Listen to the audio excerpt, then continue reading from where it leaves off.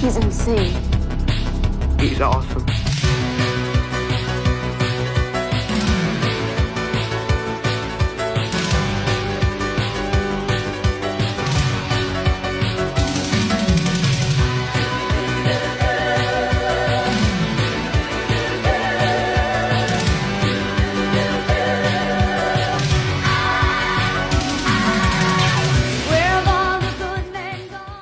Why y'all worry about the fuck I do? I'ma let y'all know when the fuck I'm through. Like, they like the way I grind, they like the way I play.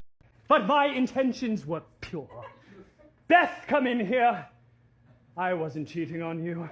I was working a second job so I could give you this. Oh, Ricky. I wasn't cheating on you, Stephanie. I love you. And Cole is a lying bastard. Will you make me the happiest concierge in Mayberry? I do.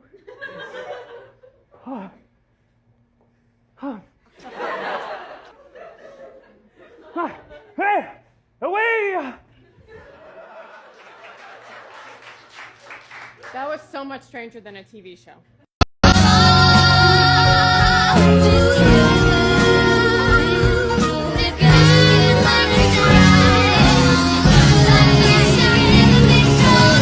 You guys want to go get some D-E-S-S-E-R-T? Yeah, dude, I need me a T-R-E-A-T. What you guys talking about? Yeah, why did you guys just spell the No, shut up! Don't say it! Why? Oh god, how do we tell you this? Simon can't spell. What? He can't spell, so when we talk about something he wants, we spell it out loud so he doesn't get too excited. He's a grown man. He can't handle hearing the word treat? Treat? No treat! Treat? No treat! Treat? No treat! Oh. Okay, what is happening? We told you he gets excited when he hears the word T-R-E-A-T. What you talking about? Taxes. Oh, shucks. What, so you guys just treat him like a toddler? Treat? No treat! Treat? No treat! Treat? No treat! Oh. Dude, you gotta spell if you're talking about F-O-O-D. Okay, so are we getting an S-N-A-C-K? Snack? Oh, come on, Oh, man. dude, really? Oh, come on, I spelled it. Well, he knows how to spell snack. So he can spell snack, but he can't spell treat? Treat? No treat! Treat? No treat! Treat? No treat! God damn it! Okay, he's getting fussy. It's time for an N-A-P. Yeah. What does N-A-P spell? Why don't you two cut the horse shit and get to the part where you admit your sexual feelings for one another?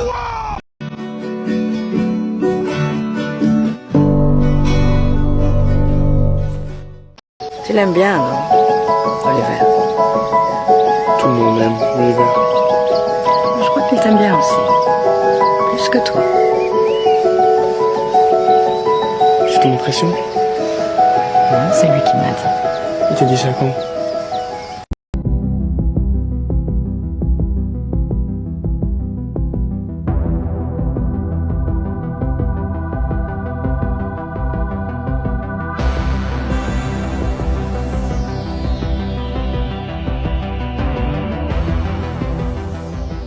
Nobody deviates from the plan, no matter what.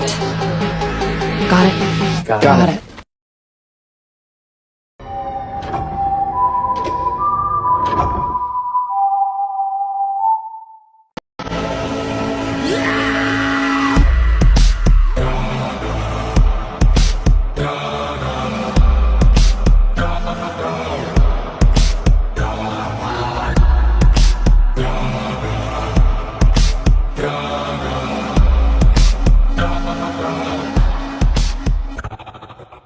They say all good boys go to heaven, but bad boys bring heaven to you.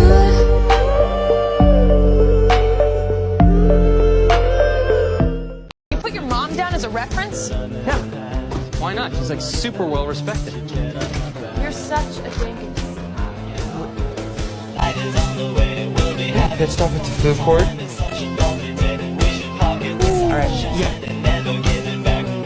Me too. Wow. Sora, I owe you. Last time I was here, it was to keep some kids safe from danger.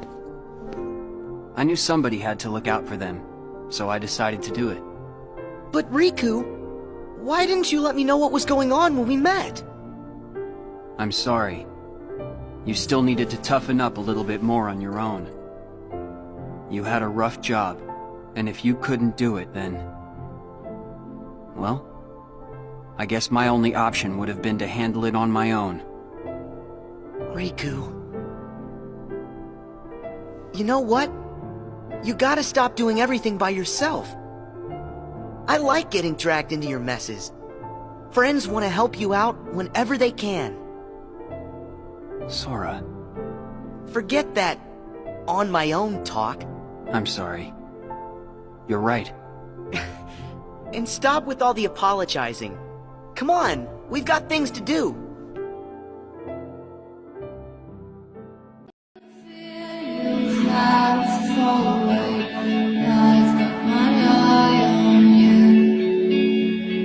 Still do. Still do. You should come see us.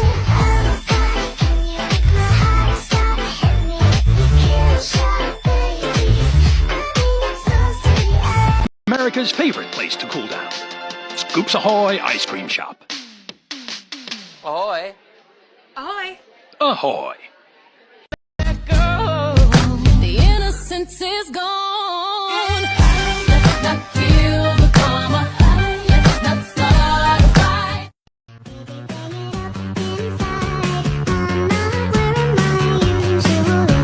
Of course you could have been together. Sonic loved you from the start. He was just scared of his weakness. For all his cockiness, he didn't know how to act around you. And you know Sonic, he likes to run.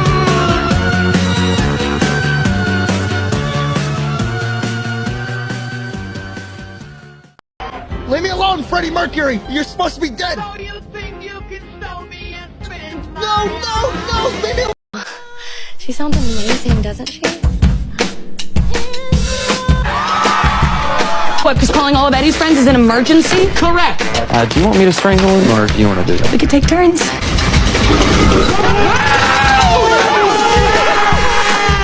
It's me! It's me! Jesus, what's wrong with you, Sinclair? I'm sorry. I could have taken you out with this limb! Open the door. No. I know a good lawyer. Where'd everyone get those? Maybe he's like a clockmaker or something?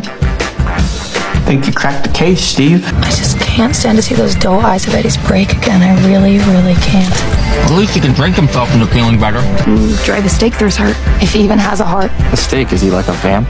Is he a vampire? It was a metaphor. Hey, Henderson's not, cursed, is he? Cursed? No. He's fine. Mental? Absolutely. I was right. Skull Rock was north. Seriously, you're serious? Mm-hmm. This is Skull Rock, okay? You're totally, absolutely, 100% wrong. Right now! Yes. And no. Oh my god. What is Mordor? Get your stuff, dude. Let's go. Just, hello! Hello! Maybe he really does have Hello! rabies. Hello! Steve, what are you doing? Hello! He's here. Henderson. That little shit, he's here. He's like, he's in the walls or something. Just listen. Listen. Dustin. Dustin! Dustin! Dustin! Dustin! Can you hear me?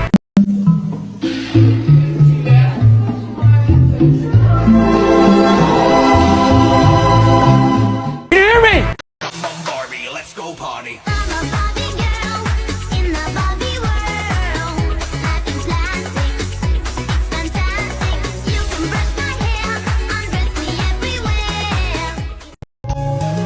This is something. What if this is nothing? What if this is in my head? Trying to be careful, trying not to stare. He'll notice how you're turning red. Overthinking, hands are shaking, longing for his touch. Don't be stupid, don't ask for too much.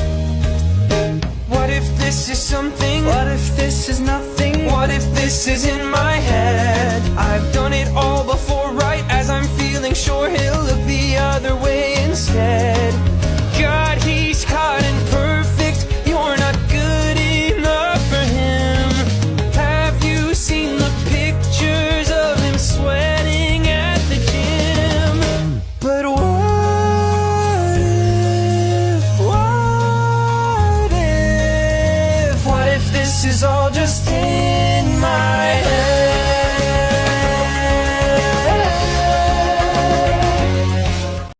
crazy to some people. They ask, how could you like someone who would have been so mean to you in high school?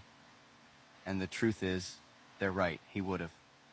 But that's not the Steve I know and love. I love the Steve no one sees. The one who will listen to my music even though he doesn't understand it solely because he knows how much I love it. The one who would do anything for anybody. The one who loves recklessly. The one who you can always count on. I don't love King Steve. I love Stevie. You know who you are, you piece of shit. Your girlfriend's always sucking on my dick like a slim dip stick. So next time you go down on her clip, tell me how my dick tastes. Tell me how my motherfucking dick tastes. But she's so nice, but she's so nice, but she's so nice. Why? Well, let me roll up onto the sidewalk and take a look. Yes. Whoa! She's beautiful. I'm talking about a Yankee Rose. And she looks wild. Wild. Are you ready for the new sensation? Well, here's a shotgun round. That was the end.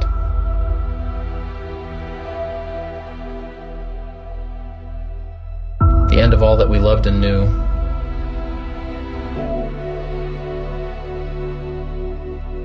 We've lost too much to try to just move on.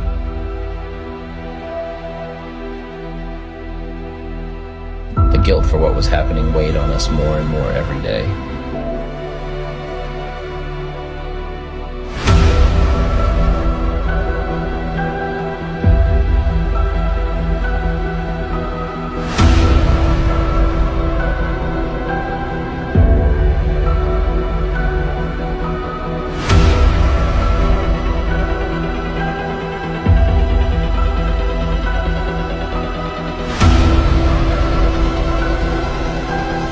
Do we have a future? And if so, what price should we pay for it?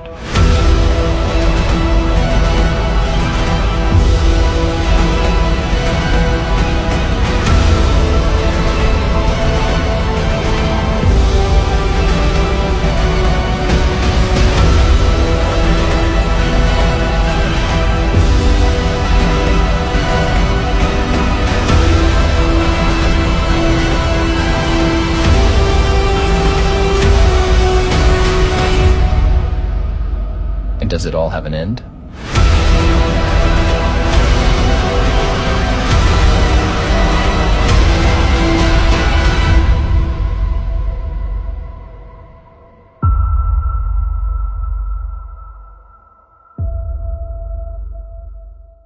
He gently places his hand on my shoulder and leans in. I can't stop myself, and my eyes fall on his mouth. Have you ever looked at Steve's mouth? It's beautiful. His Cupid's bow is pronounced, and his lips look like they'd feel really good pressed against mine. I suddenly want to lick his mouth wet and taste him. You okay? I'm good, thanks, man. His hand is still on my shoulder.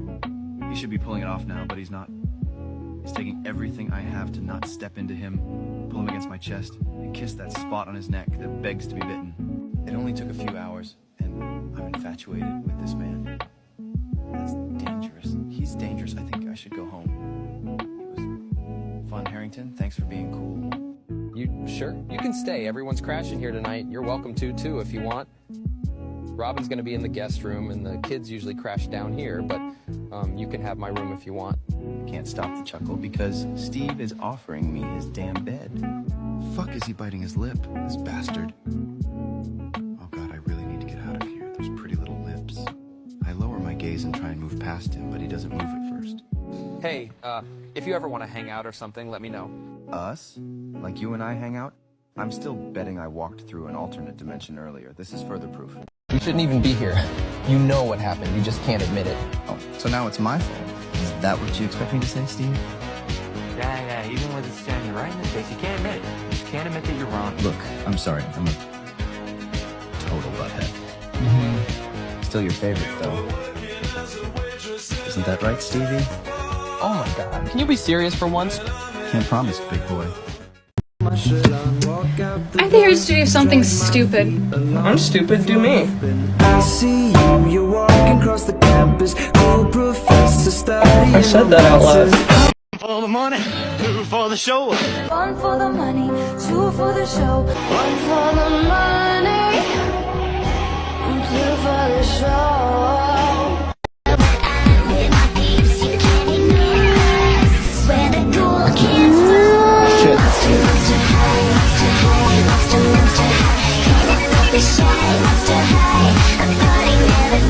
Stranger Things fans, here you have Steve. To protect the length of the bangs, I would section them off. This style is a square form and is very masculine. And using the French technique, I will cut the sides of the hair using perpendicular sections to the floor. This look is a great alternative to the mullet style, and a great way to start growing your hair from a mullet when you decide that you want to change your look. Continue cutting the hair around the head, maintaining the square shape, using your fingers in position perpendicular to the floor. Position the head towards you, and on the section over the ear you can see the 2 different lengths. Cut from short to long and an incremental line, from the front to the back, connecting the 3 fingers width on the sides to the 4th on the back. Project to this hair to this area, where I end up my haircut on the sides. This will create an incremental length, where the hair is longer at the bangs area. Continue following the cutting line and using the texturizing shears add some texture, and remove some of the bulk at the ends on the interior layers.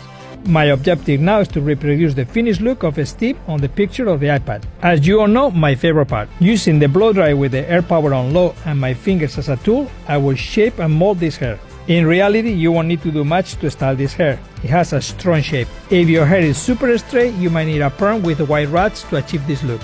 Visit a professional for that kind of service. Here is the 360 view of this modern take on an 80s classic. Super popular right now and a great alternative to the mullet. Este es Ángel del Solar con Amor desde Dallas. In an elevator because Owen decided to jump. Fucking man. Abby's had 3 panic attacks in 10 minutes. Fucking man. Brayden hasn't said a thing since we got stuck. Fucking man. Rachel's being immature and yelling the whole time. Fucking man. Davis has just been listening to music and calling his mom. Fucking man. Taya has to pee so bad she might get a bladder infection. Fucking man. Kenneth is the one that we're gonna blame because he's a minority. Fucking man. Ah, fuck. Oh, God. Okay. I'm coming. Hey. Squadsters, if the van is open, then the shop is open. If it is closed, I am either sleeping or getting high, officer.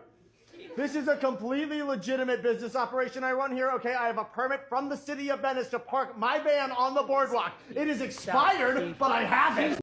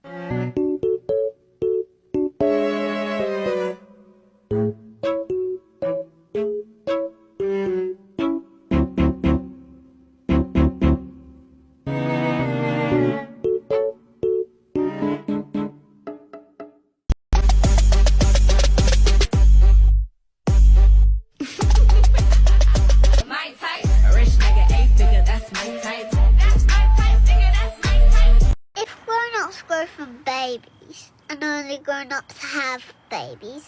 Who had the first baby? Breaking news! There are still murders going on in Hawkins. The lack of evidence and suspects forces the police to give up. We can relate to your determination because we monsters have our motivations. I am the mastermind. He's my apprentice. You're only still alive because I made a promise.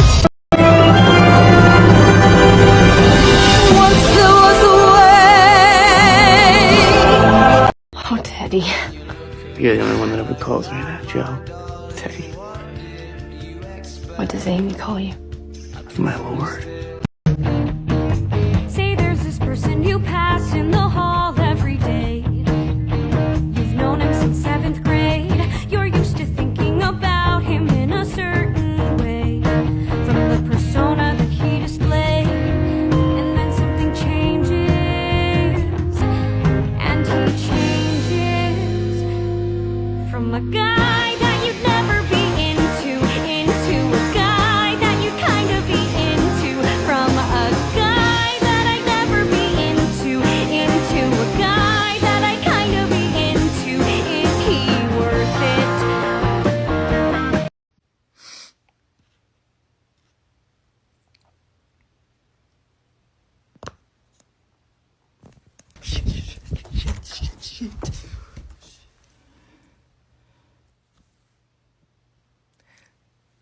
Eddie.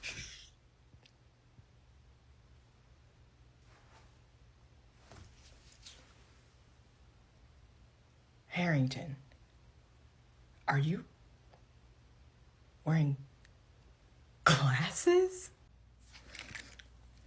What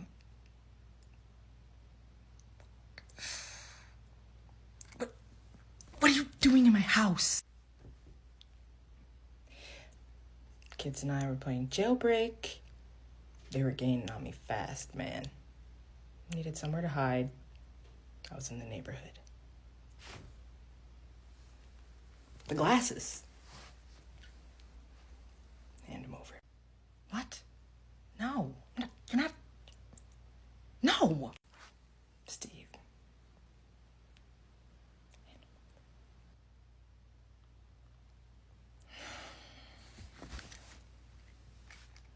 Thank you.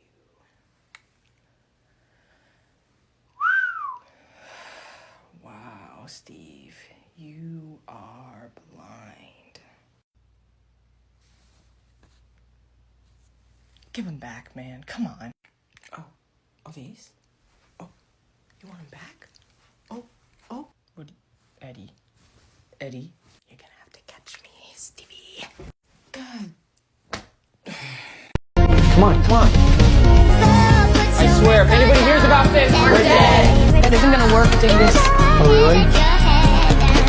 Yep, I can read too. Since what? What? The music right there. Why are you listening to the music? The week is long. Well, that's thrilling. Dear Historia, as I write this, Rhina's standing at my side. He knows this is a love letter, but he's still sneaking peeks. Honestly, it's no wonder the creep's still single. That said, he did give me his word that he'd deliver this letter to you. He says he owes me for the time I doubled back to save him. I'm sorry about them.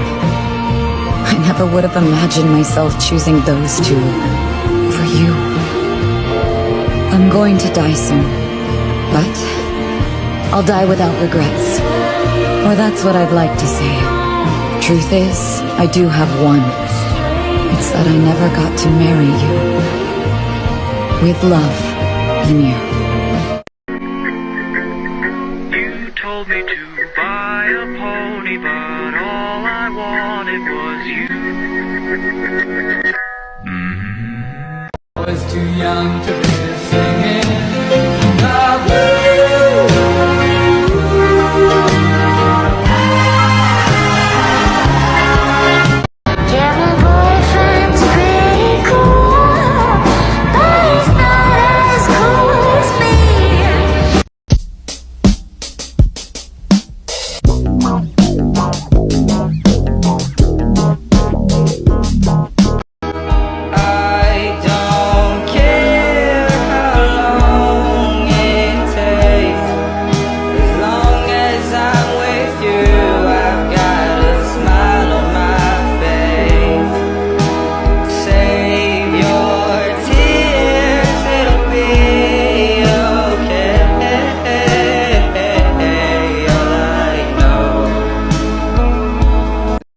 Only the latest tragedy to befall this once safe town.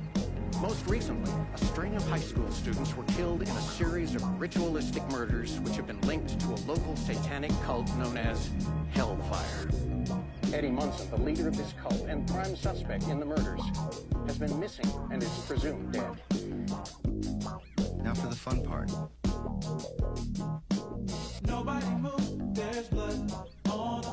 What's the matter, sweetheart? You look like you've seen a ghost. Eddie the Freak Munson and the King Steve Harrington turned out to be psychos? Who would guess, huh? You know, I'm gonna say respect that Eddie never took off a single loud, jangly, eye-catching accessory while he was on the run. Like, his leather jacket has a million little zippers and, like, chains on the sleeve. You know those were clacking up against the buttons and pins on his vest. And then he's got, like, the wallet chain and the handcuffs dangling from his belt. Just not a single concession was made towards stealth. Disadvantage every roll. And then on top of that, he's still literally wearing the exact same outfit he loudly drew attention to himself in when he was parading around in front of the entire school, especially Jason.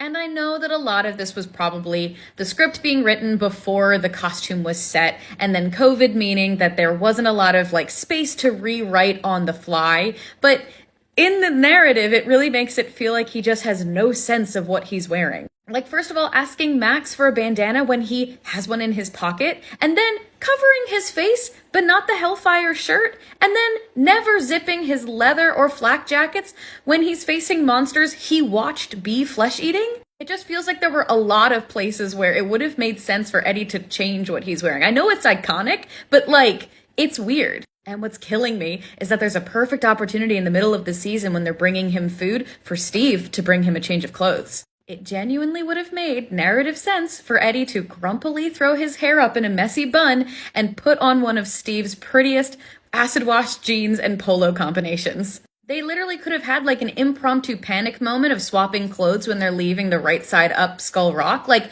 Steve could have given him the yellow sweater and taken the vest for his own modesty in case someone saw them while they were walking through the woods. But yeah, I don't know. I've seen a lot of them, like, sneaking Eddie to the Harrington house instead of leaving him at Rick's, but I don't think I've seen anything along these lines. So if anyone's seen that in, like, a fic or art or something, please send it to me because it's, like, all I can think about now.